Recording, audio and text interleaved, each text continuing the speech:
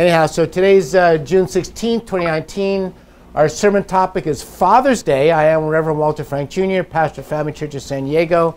We're part of the Family Federation for World Peace and Unification because we want world peace. And we think, how do you get to world peace? By raising good families. Raising good families creates children who are peaceful. And if children are peaceful, well, you create a world of peace. One family at a time. So, for Father's Day, here's what we say. Abraham, Isaac, and Jacob are called what? Fathers of faith. Yeah, pretty close. Called patriarchs, which means fathers, which mean the original fathers. Same thing. Patriarch, fathers, an interchangeable term. So, Andy, you were right. Yes, Andy was right. God bless you. Keep trying. Get some more correct. It's like Jeopardy. This would be like Jeopardy. I thought of getting like candy bars or something. Someone, you get the question right, you get a candy bar. Anyhow, also Jesus' title from Isaiah 9:6. This is my favorite title of Jesus. He has 4 titles. Eternal Father. Means eternal Father and he said, I'll never leave you. I'll never leave you. That's so important and so significant in life, right? Don't we all want someone who will never leave us? So Jesus says. Jesus explained to us that God is our Father. Not just a king. Other people think God is the king or a lord or whatever. Those are nice terms, or creator. But we believe God is not just a creator like Henry Ford invents a car or creates a car, or whoever invented television invents television. A parent is a different type of creator, right? The aspect is the loving relationship, and you're one with your parent. Right? We're the same flesh, same bone, same DNA, same look, same color hair, generally speaking, as our parents are. We're one flesh. So Jesus says we're one flesh with God. That's who we should be. But we don't know. We just think I'm whoever you think you are. Further, Reverend Mrs. Moon have explained that God is our true parent, our real parent, and that we've been missing our real parent, which means we've been missing our real selves. Mostly for our whole lives. We don't know who we really are. I don't express myself fully because I don't love God fully. And I don't feel God's love fully. If you fully felt God's love all the time, you'd be dancing all the time. You'd feel nothing but love and happiness and cared for, protection. You would see your future living in the kingdom of heaven with all your family. You'd be a completely, utterly different person if you really knew God. Right? If we really knew God. So this is the whole point of Reverend Moon and Mrs. Moon's ministry. And that's why Mrs. Moon is going all over the whole world, to South Africa or South America or to Europe or the United States or Korea or Japan or everywhere she goes. This is the message. Family. How do we create family? Because family is natural, but it's not automatic. It's natural, but it isn't automatic. So we'll talk about that a little bit today. So we are created to be in the image of God and be God. Jesus said, I am, the Father and I are one. Everything I know, I see from the Father, and I act like that. That's why he was nice to everybody. He was nice to Samaritans, right, who were considered a persecuted minority in his day. He was nice to little kids. He was nice to people with leprosy. He was nice to poor people. And he was nice to rich people, by the way. Right? He had dinner with Zacchaeus, and people thought, wow, that's crazy. Well, I draw the line, rich people. You know, Samaritans, all right. Prostitutes, okay. But rich people, forget it. Anyhow, Jesus is a true parent, so he loves everybody as a child. Parents, as we were created to be, true parents as we were created to be, is what we should be, the image of God. Right? Father's Day was inaugurated in the United States in the early 20th century to complement Mother's Day. How obvious, right?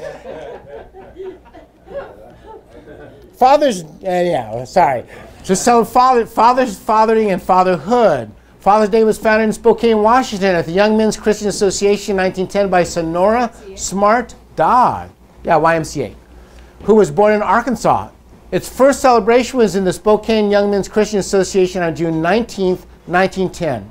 Her father, the Civil War veteran, William Jackson Smart, was a single parent who raised his 6 children there. After hearing a sermon about Jarvis's Mother's Day at Central Methodist Episcopal Church in 1909, she told her pastor that fathers should have a similar holiday honoring them. So they decided, okay, let's have a Father's Day. We hadn't thought about that before, but now that we can mention it, we should do it. Amen. Typical fathers, right? Always forgotten, doggone it. Okay, so here's what we believe. This is from Principle of Creation. The origin, division, union action of God explains who we are, right?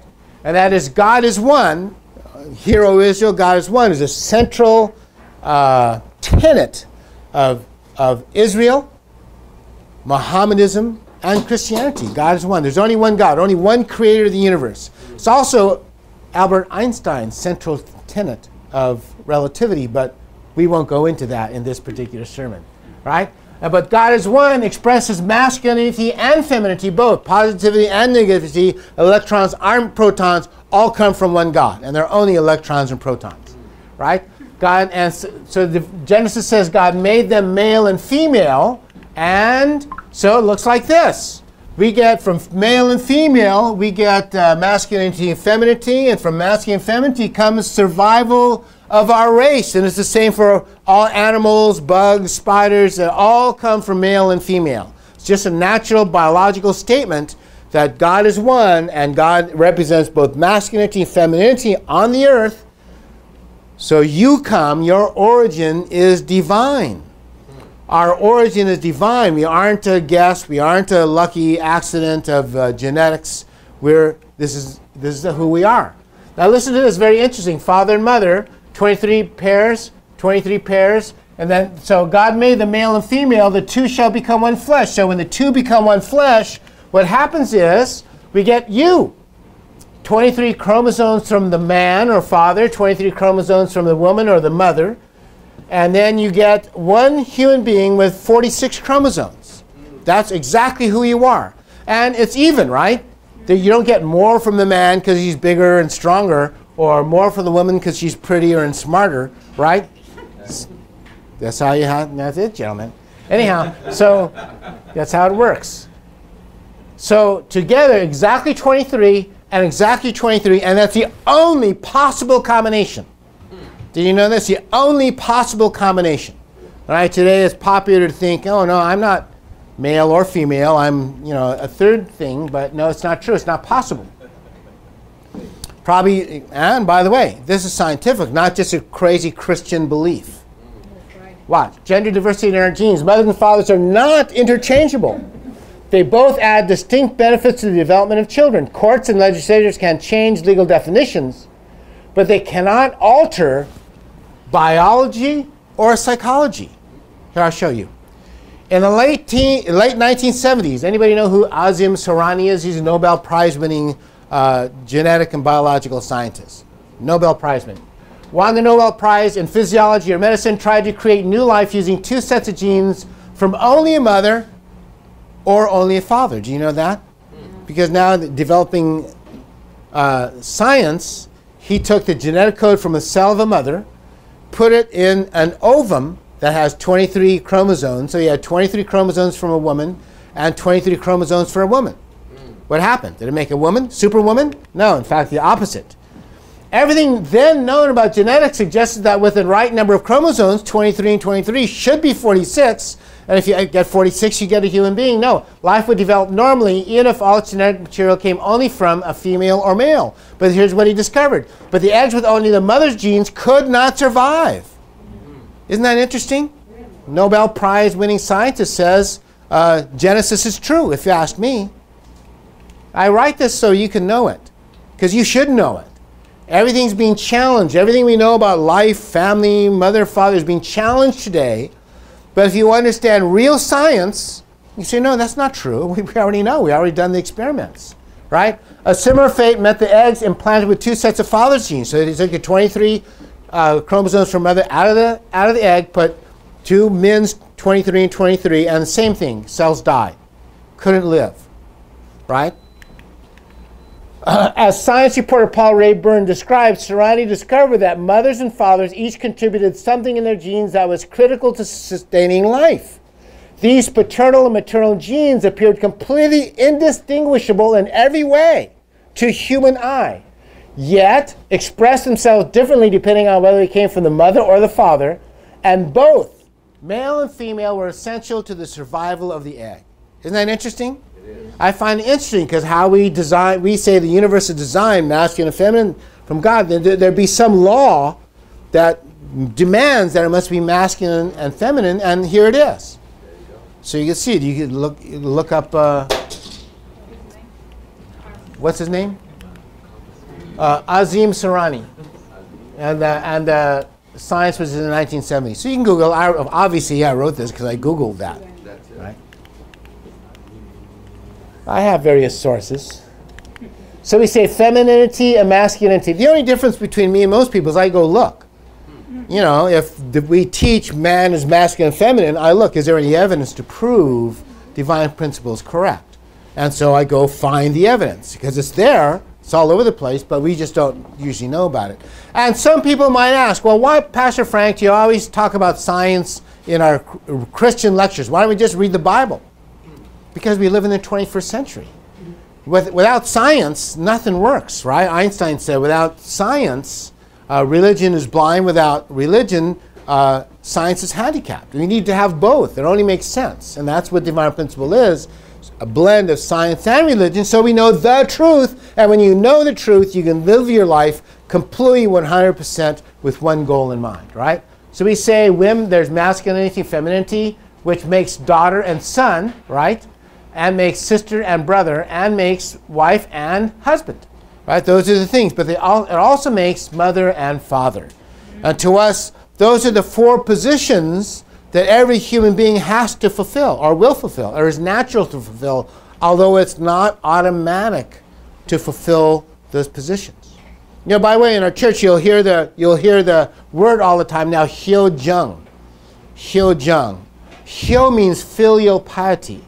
Hyo, we say Hyo all the time, it means children loving their father. That's Jesus said, right? The first commandment, love God with your whole heart, soul, and mind. So we just say it in Korean, which is Hyo-jung, which is child's love for parent. Jung is love, so child's love for their parent. That's who we're supposed to be. We're supposed to be children of God who love God with their whole heart and soul and mind. Just so you understand, we're trying to fulfill these ideas, right? And of course, the great connecting power isn't weak force or strong force. It's not nuclear energy. It's not gravity. It's love. It's love between men and women, right? It's love between women that connects us. Atoms, do they connect with love? Actually, nobody knows what connects them. It's called weak force. But we don't know what is weak force. You can't see it, hear it, smell it, taste it, or hear it. Nevertheless, it exists, and that's what makes atoms spin around eternally. Nobody knows what it is. But we know what it is with humans. It's called love, right? That's the idea. We're supposed to love each other with our whole heart, soul, and mind. So when we love each other, when husband and wife get married, love each other, the natural progression is children, right? This is beautiful, right? This is inside the mother's womb. Here's babies growing there. You generally speaking, 28 weeks? 40 weeks, right? 40. Where does 28 come from? Anyhow, 9 months, 28 somethings. I forgot what. And then 40 weeks. And then the baby grows to be a child. Now, fortunately, this is all automatic, right? Mm-hmm. You don't have to think, what should I eat now? Or how do I make my pelvis be bigger, right? God's already prepared that for women, right? God's already prepared women to have a big pelvis so they can have babies. Thank you, Father. The process of birth is automatic, right? The biological waters grows, umbilical cord grows. There's a mucus plug at the cervix so nothing can get in and contaminate the child. All those things happen automatically. Whatever the mother eats, the baby eats. Whatever the mother breathes, the baby breathes. It's automatic. You don't have to think, I have to breathe for my baby, right? It's automatic.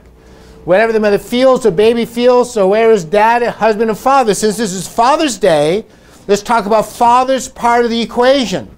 More than mother's part of the equation. Let's talk about father's part of the equation, right?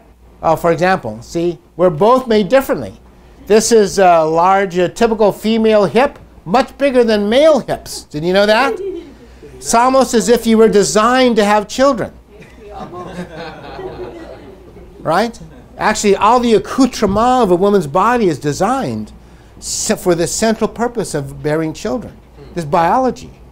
And there is a designer, and you are designed for that. So, but now modern people think, that's not true. I just have big hips because we don't know why. Or maybe they think, I have big hips because God is cruel. I don't know. But God's not cruel. It's for the great love of your life to have children. Men don't need that. So here's what they show. Here's mother, pregnant, big baby inside, another baby outside, and dad's right there, hugging mother. This is very important. Learning to be parents is not automatic, although it's natural. Right? It's natural, but it's not automatic. The same thing with motherhood. It's natural and automatic, but understanding how to be a great mother, understanding how to be a great father takes intellect as well as love. It takes intellect and takes tremendous willpower. So that's why Ephesians, that's why the whole Bible is teaching us how to be good husbands and good fathers. Ephesians, husbands, fathers, ought to love their own wives as their own bodies. He who loves his wife loves himself. For no one ever hated his own flesh, but nourishes and cherishes it, just as the Lord does the church. For we are members of his body, of his flesh, and his bones.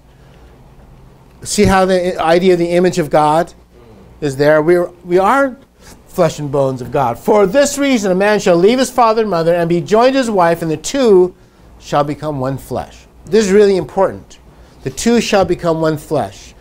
True love, in our understanding, is based on sacrifice. If I love you, it doesn't mean you sacrifice for me. It means I sacrifice for you. So fathers and husbands, we honor fathers and husbands because fathers and husbands sacrifice for the sake of the wife and children. Okay? This is from, these are my favorite speeches from Reverend Moon. He gave these at close to the end of his life. God's ideal family in the kingdom of the peaceful, ideal world. So I'm going to read some from these. Reverend Sun Myung Moon, In Search of the Origin of the Universe. Now, this is one of my favorite sermons for him, so I thought I'd include it. He says this, and this is very important because he's talking about the timetable too. As we stand at the threshold of the new millennium, I believe it is time to review our traditional patterns of thinking and boldly seize these new opportunities. Thus, it is my great honor to share with you my lifelong advocacy for world peace and true family values, which he believes are interchangeable. You can't have world peace without true family values, and you can't have true family values without world peace, right? In this world, there are two kinds of human beings, men and women. And I'm only saying that because now that's hate speech on American college campuses. That's hate speech. No, it's not hate speech. People just think it is. And by the way, eventually those people will grow up, get married, and realize, it's stupid to call it hate speech. Because now I have a husband, or I have a wife, and I have a kid who's a little boy or a little girl, and I have to love everybody. Right? Eventually they'll grow out of that crazy idea. That's just my idea. I hope that's true. So Reverend Moon says, marriage, what is marriage? Why is marriage important? Marriage is important because it is the road to finding true love. Again, love isn't automatic. You have to create love, right? It's the road to create love, but it isn't just love. It isn't automatic. It is the road to creating life. It is the road to where the life of a man and woman unite into one. It is the place where a man's lineage combines with a woman's lineage. History emerges through marriage, and from marriage, nations appear and an ideal world begins. Without marriage, there's no meaning to the existence of individuals, nations, and an ideal world. Like I said, our bodies biologically are designed to have what? To have babies. Both men and women's bodies are designed for that. And I'll show you some of that biology in just a second. But the reason we're alive is for this. This is the formula. Man and woman must become absolutely one. Parents and children must become absolutely one with God, love God, and live and die with God. And when they die and go to the spirit world, that is a place called heaven. That's the whole purpose of creation, is family values, true family love, children love, uncles and aunts. Now this is, you know what this was? This is the 50th anniversary of their marriage ceremony. 50th anniversary, they're still happy, still hugging, still kissing each other, still holding hands, right? That's the example. That what would have been the ideal that God hoped to achieve through the creation of humankind, it was to fulfill the four-position foundation. The four-position foundation signifies Adam and Eve in a state of complete union with God. That's the first step. This makes it impossible for them to separate from the realm of God's love, no matter how hard they may try. In other words, it refers to the foundation of family with God as its center. If God's at your center, it's harder to be selfish. Because you pray to God, God says, stop being selfish. Be nice to your wife. Be nice to your children. Right? Established when the husband and wife have achieved complete oneness, not only with each other, but also with God. And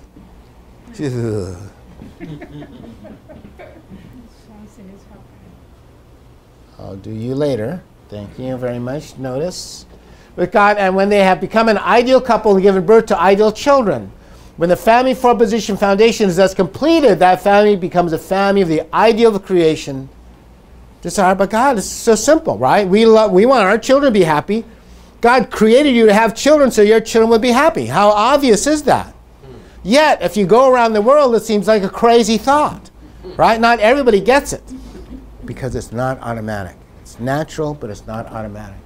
So here we're back to baby, husband and wife.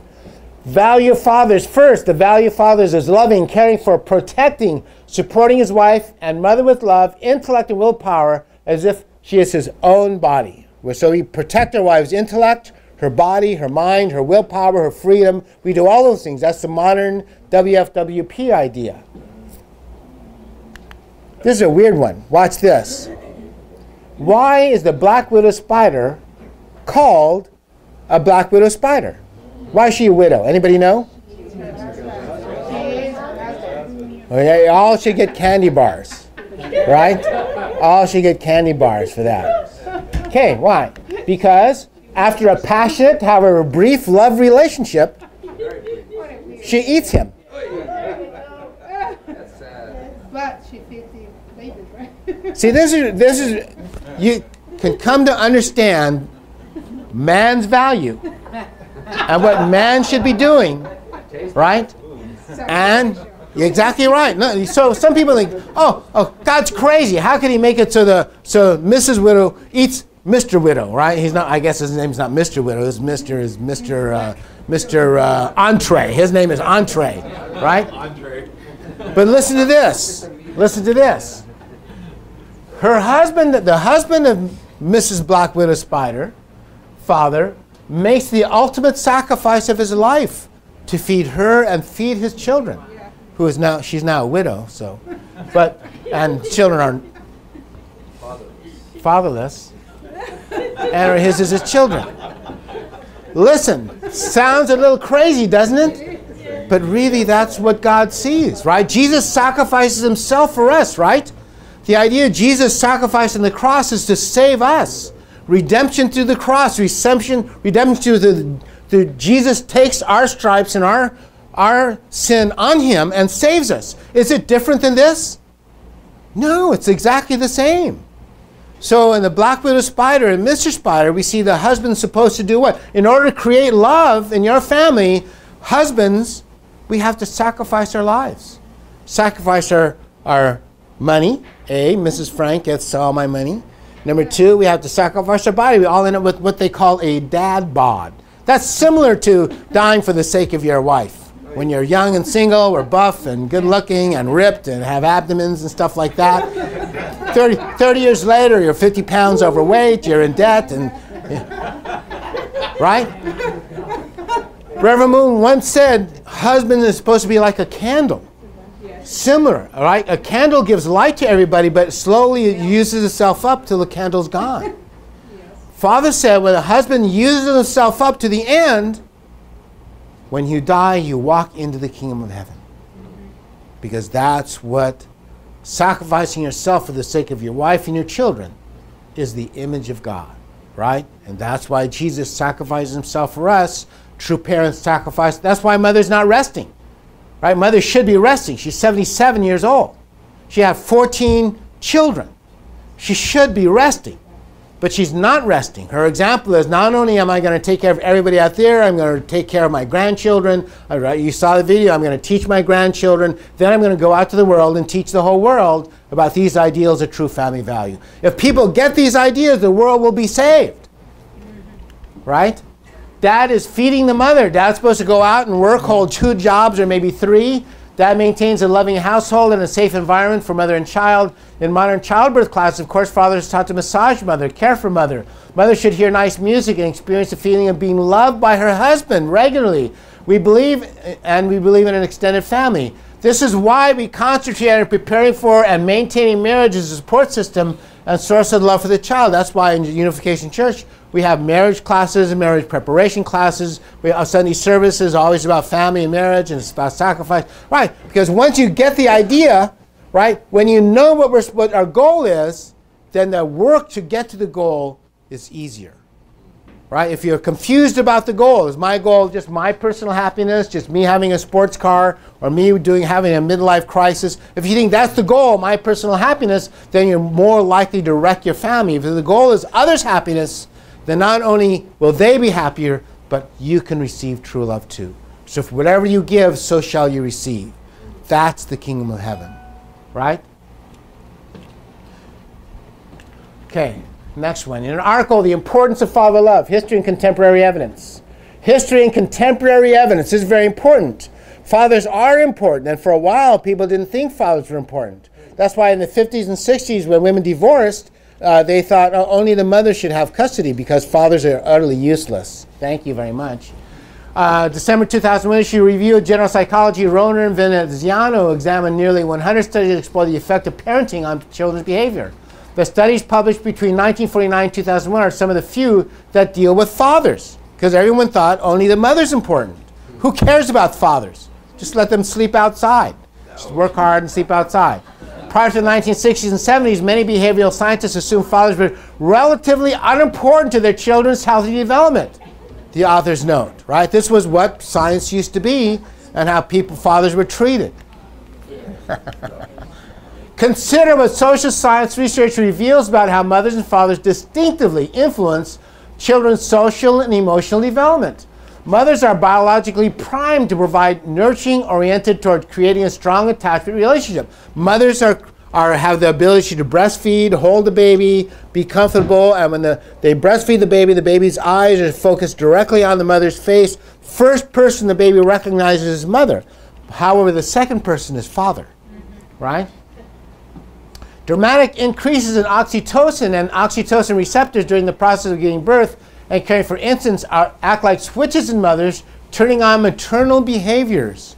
So it's as if God designed from the beginning of women's life, from when you were a baby girl, different chemical reactions so that when you saw your baby, you would fall in love with your baby and risk your life for your baby.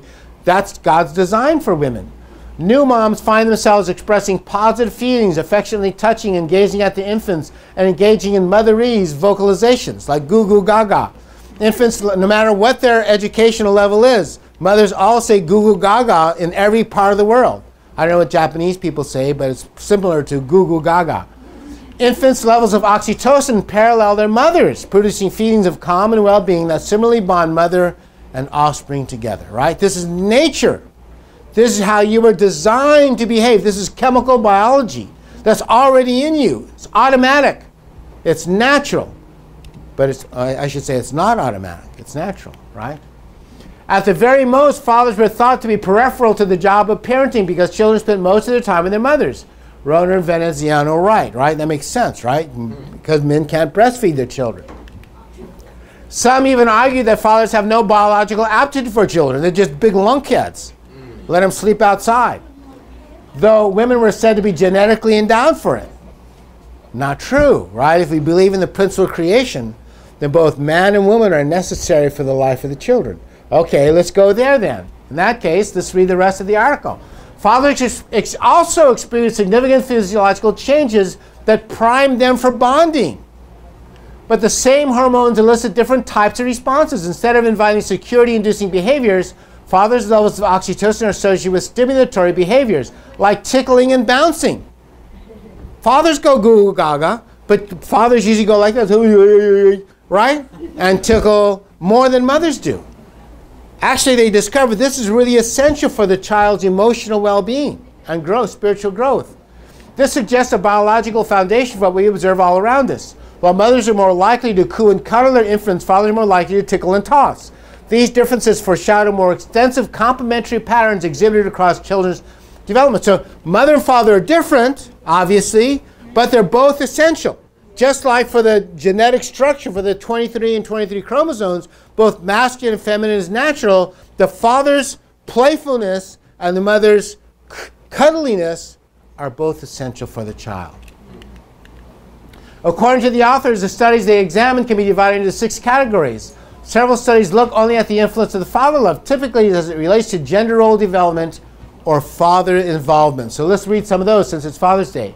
The first set of studies concludes that the father love, or lack of it, is just as important as mother love in relation to personality and psychological adjustment problems, conduct problems, cognitive and academic performance issues, mental illness, and substance abuse. Fathers are absolutely essential to keep your kids out of trouble.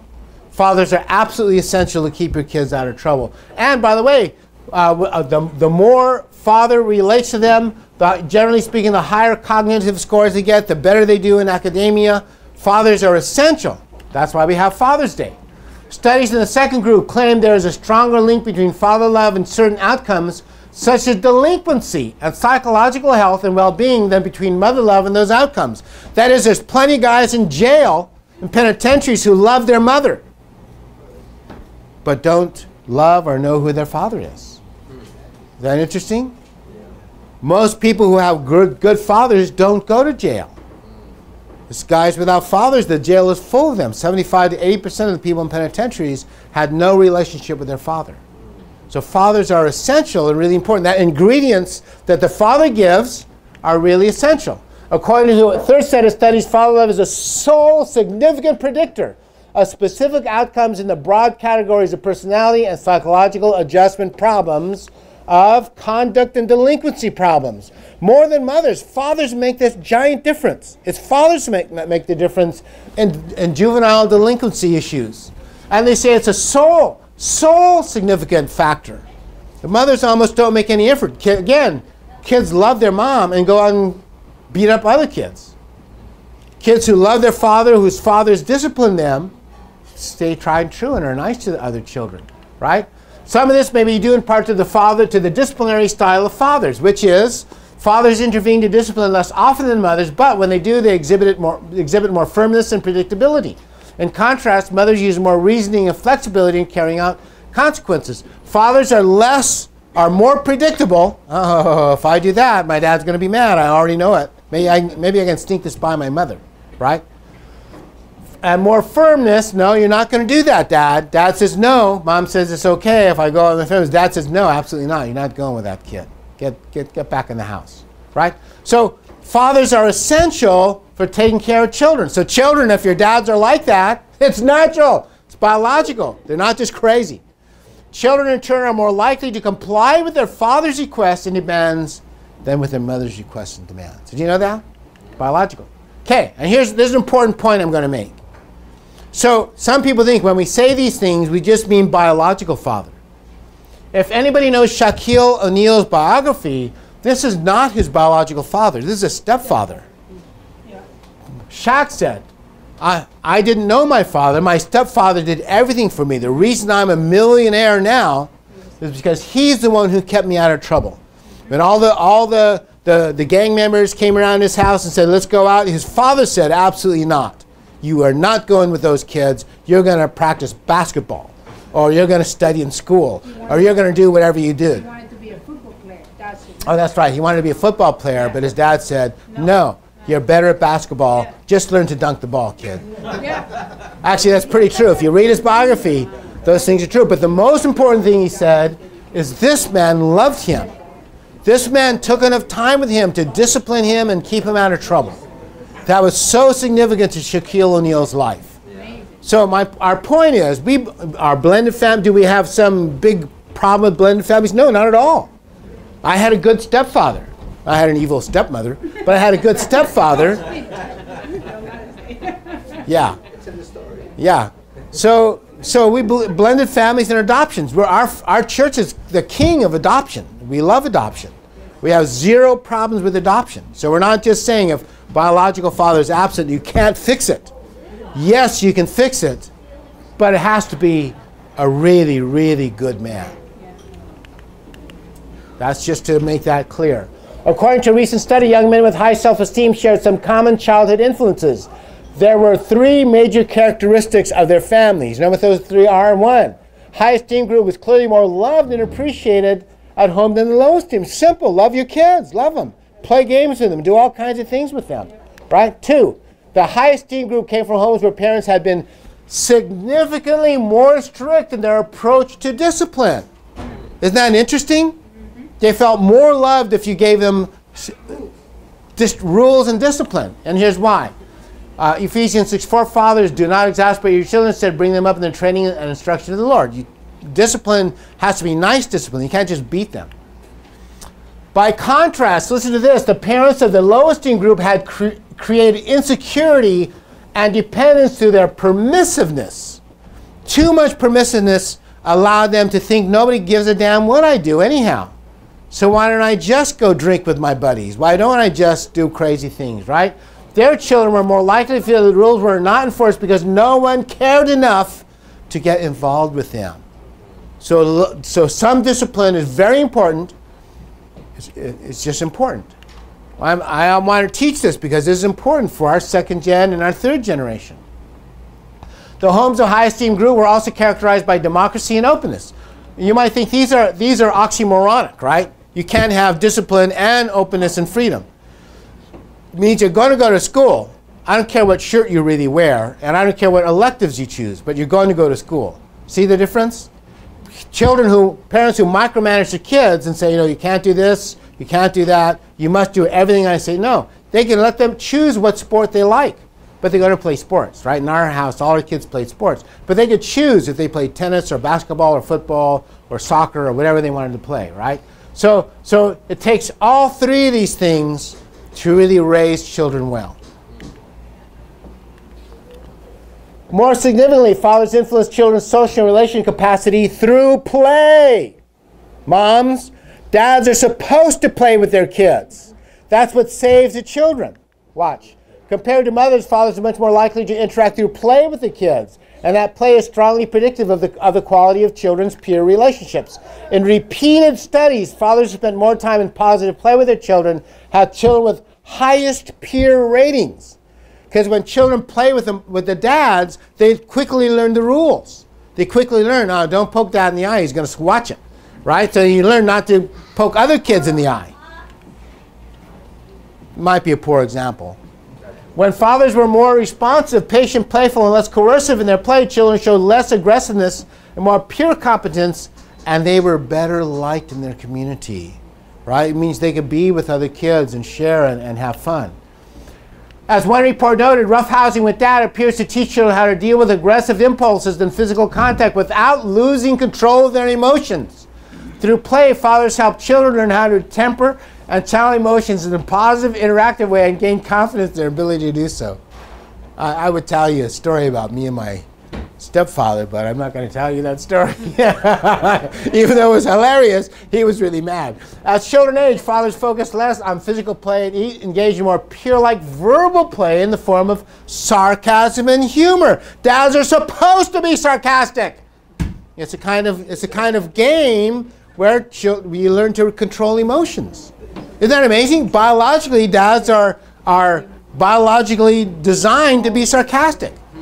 They call it dad humor. There's a name for it. It's called dad humor. Right? Pure-like verbal play. But it's verbal play allows a father to tease and joke with a child within the safety of the father-child relationship, thus strengthening the children's sense of identity and social confidence. So when dads do that, don't think they're crazy. It's biological. It was designed by God. I won't go that far, but it is biological. While mothers consistently build self-understanding, fathers consistently build social relationship understanding. And by the way, all animals play, right? I'm going to skip a couple of these because it's getting late, but animals learn to not bite each other. You know, when dogs do this, they don't, even though they could break the other puppy's neck, they never bite too hard. Right? I learned that play with my dogs when I was a kid, that dogs never actually tear your skin. Even though they go like that, they know exactly when to stop. Right? And they learned that through play. Anyway, play is essential. I'm going to skip some of these because I'm just going to skip some of these. Maximum expression of all these forms of play takes place in humans. Because we're the apex creation on Earth, then our play is the highest level of play. And of course, we play games until we die. Usually most animals stop playing when they're puppies. But we play games, we play chess when we're 80 years old. We play Jeopardy. Anyhow. Okay, listen to this, dads. Playing with dad is not wasting time, mothers. Playing with dad is not wasting time. Watch. Charles Francis Adams, a 19th century political figure and diplomat, kept a diary. One day he entered, went fishing with my son today. A day's wasted. His son, Brooke Adams, also kept a diary, which is still in existence. On that same day, Brooke Adams made his entry. Went fishing with my father, the most wonderful day of my life. Isn't that amazing? So dads, play with your kids. Go fishing, play games. The father thought he was wasting time while fishing with his son, but his son saw it as an investment of time. Isn't that interesting? Okay, here's the last 3 slides, I think, hopefully. As a child, this is Reverend Moon talking about his relationship with his father and how did he become a man of God. As a child, I thought of the meadows as my home. As soon as I could wolf down my bowl of rice for breakfast, I would run out of the house and spend an entire day in the hills and streams. I could spend the day wandering about the forest with all the different birds and animals, eating herbs and wild berries, and I would never feel hungry. Even as a child, I knew that in my mind and body were at ease anytime I went into the forest. Right? Many of us had similar experiences, right? Listen to this. I would often fall asleep in the hills after playing there. My father would be forced to come find me. When I heard my father shouting in the distance, "Young Myung, Young Myung," I couldn't help but smile, even as I slept. My name as a child was Young Myung. The sound of his voice would awaken me, but I would pretend to still be asleep. He would hoist me onto his back and carry me home. That feeling I had as he carried me down the hill, feeling completely secure and able to let my heart be completely at ease, that was peace. That's how I learned about peace, while being carried on my father's back. Right? Right, fathers? Just carry our kids around. It's all right. Just love them. Okay. This is the last slide, I think. Human beings have been growing through many stages of growth through 6,000 years of restoration history, guided by God, right? We went through the servant stage. We went through the adopted son stage of Christianity. And now we're in the final stage. The reason why this information is so important is because we're in the final stage of human evolution, when we can all come back to God. That's why Mrs. Moon is going to every country in the world. We are at the apex of human history. Certainly, technologically, we're at the apex of human history, right? Biologically, agriculturally, in every aspect. Transportationally, every aspect. We're at the apex of human civilization. The only thing we really need is, like the song says, we need love. We need more love. We need to understand the process of love and the process of raising children of love, right? So, why do we need to know about God, origin, parents, and true parents? Because we are almost there. The last 400 years of amazing growth of the human intellect, human rights, are not by accident or chance. It's the time when we can get over the hump. Love changes everything, right? But loving another is a mature, intellectual, sensitive, self-sacrificial thing to do unless you understand that. People are confused, right? They think love should not be self-sacrificial. You should be, you sacrifice for me, that's what makes me happy. It can't work like that. It's a dead end. We have to understand that our job as fathers is to sacrifice ourselves for our wives and children. And not only that, you can't just, be sacrificial. You have to be sacrificial wisely. Since intellect is a big part of God's character, then our intellectual understanding of how to be a good parent is really important. Again, being a great parent, being a good father is natural, but it's not automatic. Amen? Amen? Amen. Thank you very much. I appreciate your listening to me, and I hope